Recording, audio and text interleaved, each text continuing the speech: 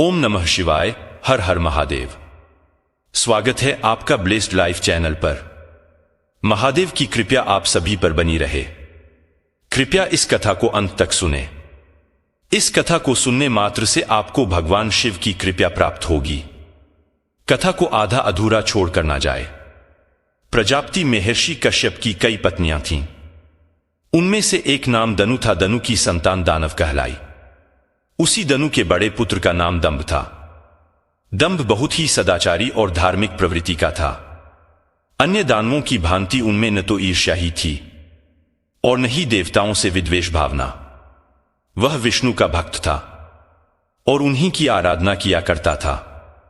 लेकिन उसे एक ही चिंता सताती रहती थी कि उसके कोई पुत्र न था। आचार्य शुक्र ने उसे श्री कृष्ण मंत्र की दीक्षा दी।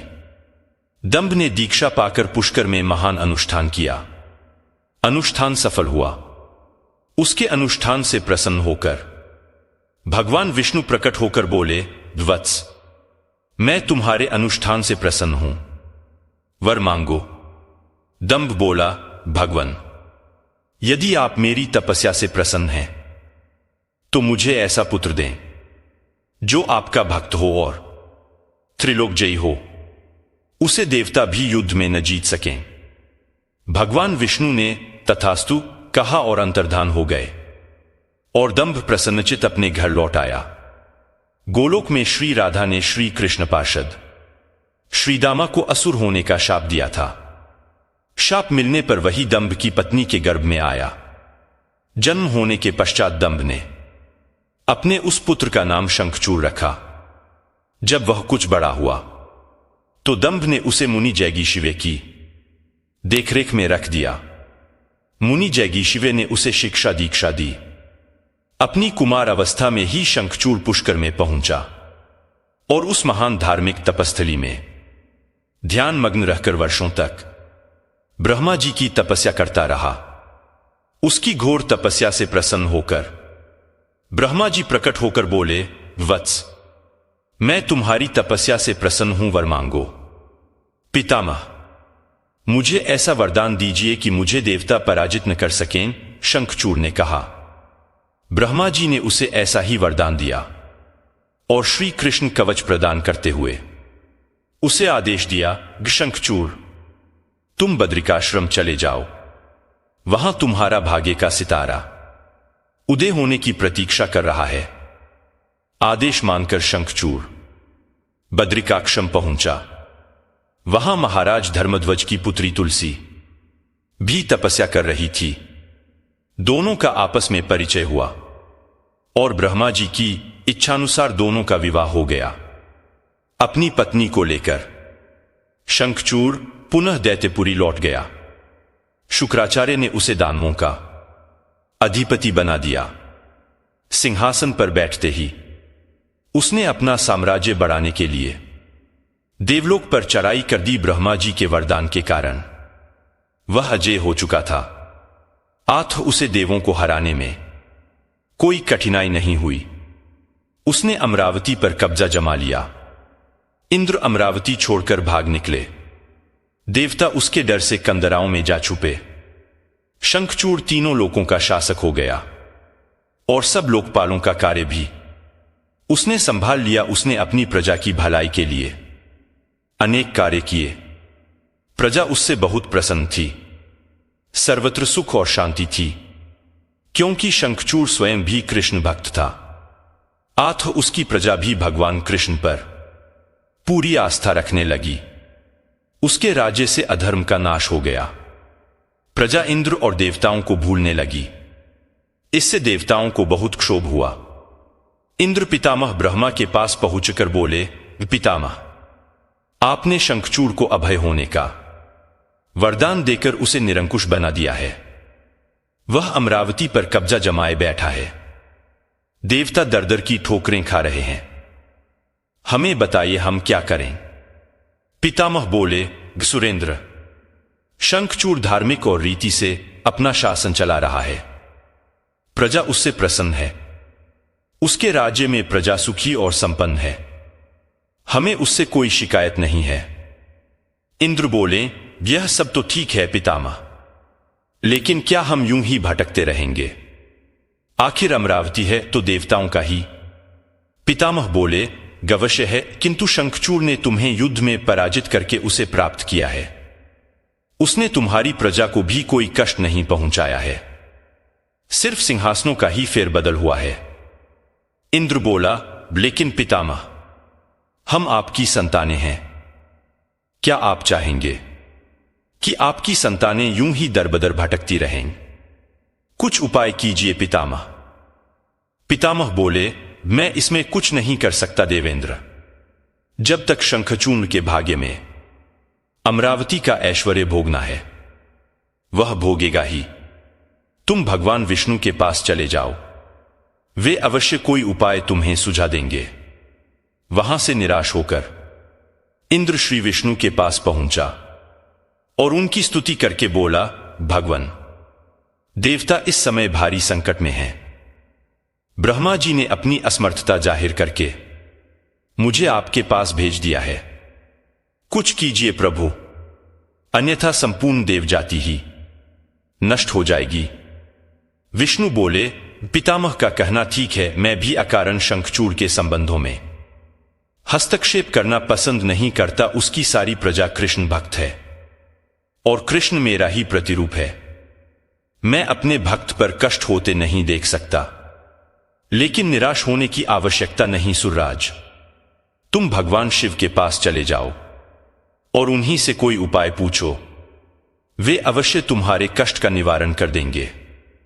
विष्णु की बात सुनकर इंद्र निराश भाव से बैकुंठ से निकल आया। अंत में वह भगवान शिव के पास कैलाश पर्वत न जाकर शिवलोक पहुंचा और भगवान शिव की स्तुति करके अपने आने का प्रयोजन बताया।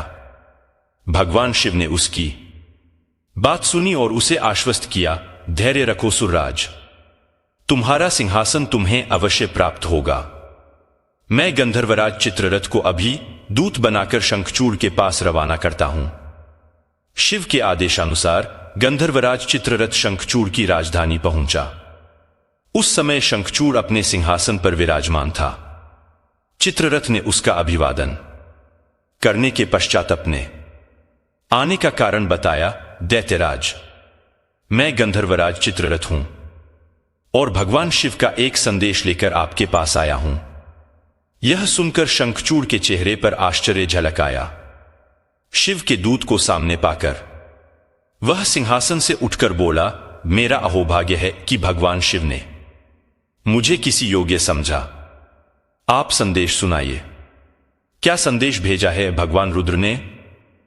गंधर्वराज बोला, दैत्यराज, भगवान शिव का संदेश है कि तुम देवताओं का राज्य उन्हें वापस लौटा दो और उनकी अधिकार उन्हें दे दो। भगवान शिव ने देवों को अभय होने का वचन दिया है। शंखचूड़ बोला, गंधर्वराज, भगवान शिव से मेरा प्रणाम कहना और उनसे कह देना कि शंखचूड़ के हृदय में आपके लिए बहुत ही ज्यादा श्रद्धा है, परंतु यदि उन्होंने इंद्र के बहकावे में आकर मुझे दंडित करने का निश्चय किया तो मैं उनकी बात नहीं मानूंगा और उनसे भी युद्ध करने के लिए तैयार हो जाऊंगा। चित्ररथ वापस लौटा और उसने भगवान शंकर को शंखचूड़ का उत्तर सुनाया। यह सुनकर शिव क्रोधित हो गए और अपने गणों को युद्ध का आदेश दे दिया। उधर शंखचूड़ ने अपने पुत्र का अभिषेक कर उसे दानवादिप्ति बना दिया और अपनी पत्नी से बोला, मैंने युद्ध स्वीकार कर लिया है देवी, ईश्वर करे युद्ध में हमारी विजय हो। अब मुझे अनुमति दो, मेरी सेनाएं तैयार हैं। शंखचूड़ अपनी सेनाएं लेकर युद्ध भूमि में जा पहुंचा। दोनों सेनाएं गोमत्रक पर्वत के समीप एक दूसरे के आमने सामने आ खड़ी हुईं। भगवान शिव ने शंखचूड़ के पास एक बार फिर संदेश भेजा कि वह नादानी न करे और युद्ध से दूर रहकर उनकी बात मान ले, किंतु शंखचूड़ न माना और दोनों सेनाओं में घनघोर युद्ध छिड़ गया। भगवान शिव और शंखचूड़ आमने सामने डट गए। दोनों में अनेक अस्त्र शस्त्रों से युद्ध होने लगा। फिर भगवान शिव ने ज्यों ही शंखचूड़ का वध करने के लिए त्रिशूल उठाया तो आकाशवाणी हुई, देवाधिदेव। आप प्रलयंकर हैं, सर्वसमर्थ हैं, किंतु आपको मर्यादा की रक्षा करनी चाहिए। श्रुति की मर्यादा को नष्ट न करें। जब तक शंखचूड़ के पास हरि का कवच है और जब तक उसकी पतिव्रता पत्नी मौजूद है, तब तक उस पर बुढ़ापा नहीं आ सकता और न ही उसकी मृत्यु हो सकती है। आकाशवाणी के खत्म होते ही शिव का त्रिशूल अपने आप रुक गया। तभी भगवान विष्णु प्रकट हुए। शिव बोले, भगवान, आपने तो मुझे बड़े धर्म संकट में डाल दिया है। आप ही ने तो इंद्र को मेरे पास भेजा और जब मैंने उसे अभय करने के लिए युद्ध आरंभ किया तो अब आप ही का कवच आड़े आ रहा है। अब आप ही कोई उपाय सोचिए। विष्णु बोले, शंखचूड़ के शाप का समय अब समाप्त होने ही वाला है भगवान। अब इसे असुर योनि से मुक्त करके गोलोक भेजना पड़ेगा। यह कृष्ण भक्त है और कृष्ण मेरा ही प्रतिरूप है। आथ इसे वापस गोलोक में भेजना होगा। फिर विष्णु ने एक ब्राह्मण का वेश धारण किया और शंखचूड़ के पास पहुंचकर बोले, दानवराज, मैं एक निर्धन ब्राह्मण हूं, कुछ पाने की आस लिए आपके पास आया हूं। शंखचूड़ बोला, मांगो विप्रवर, जो भी मेरे पास है उसे दे देने में मुझे किंचित भी विलंब नहीं लगेगा। मेरा सिर भी मांगोगे तो वह भी दे देने में इंकार नहीं करूंगा। आप आदेश तो दें। ब्राह्मण वेशधारी विष्णु बोले, दैत्यराज, मुझे आपका सिर नहीं आपका कवच चाहिए। बोलिए, देंगे अपना कवच। शंखचूड़ ने अपना कवच उतारकर ब्राह्मण वेशधारी विष्णु को सौंपते हुए कहा, गवश्य, यदि भगवान कृष्ण की ऐसी ही इच्छा है तो ऐसा ही होगा। आप कवच ले जाइए। ब्राह्मण वेशधारी विष्णु कवच लेकर दैत्यपुरी पहुंचे। फिर उन्होंने शंखचूड़ का वेश धारण किया और राजमहल में जाकर शंखचूड़ की पत्नी तुलसी के पास पहुंचे। तुलसी ने उन्हें अपना पति ही समझा और उनका स्वागत किया। उस रात विष्णु शंखचूड़ के महल में ही ठहरे। अचानक ही पतिव्रता तुलसी को धोखे का आभास हुआ। वह चौंककर बिस्तर से उठी, बोली, कौन है तू और मेरे साथ छल करने का तुझमें साहस कैसे हुआ? जल्दी बोल, अन्यथा अपने पतिव्रत तेज से अभी भस्म करती हूं। विष्णु अपने वास्तविक रूप में प्रकट हो गए। उन्होंने तुलसी को समझाते हुए कहा, सुनो तुलसी, तुम्हारे पति का समय पूरा हुआ। एक शाप के कारण ही उसे असुर योनि में आना पड़ा था। अब से वह गोलोक में रहेगा, क्योंकि तुम्हारा पतिव्रत धर्म ही उसकी रक्षा कर रहा था। इसलिए मुझे छल करके तुम्हें कलुषित करना पड़ा। तुलसी रोते हुए बोली, यह आपने अच्छा नहीं किया भगवान। यूं मेरे साथ छल करके मेरा सतीत्व नष्ट किया। मैं शाप देती हूं कि आज से आपको भी पत्थर बन जाना पड़ेगा। आप में दया ममता नहीं है।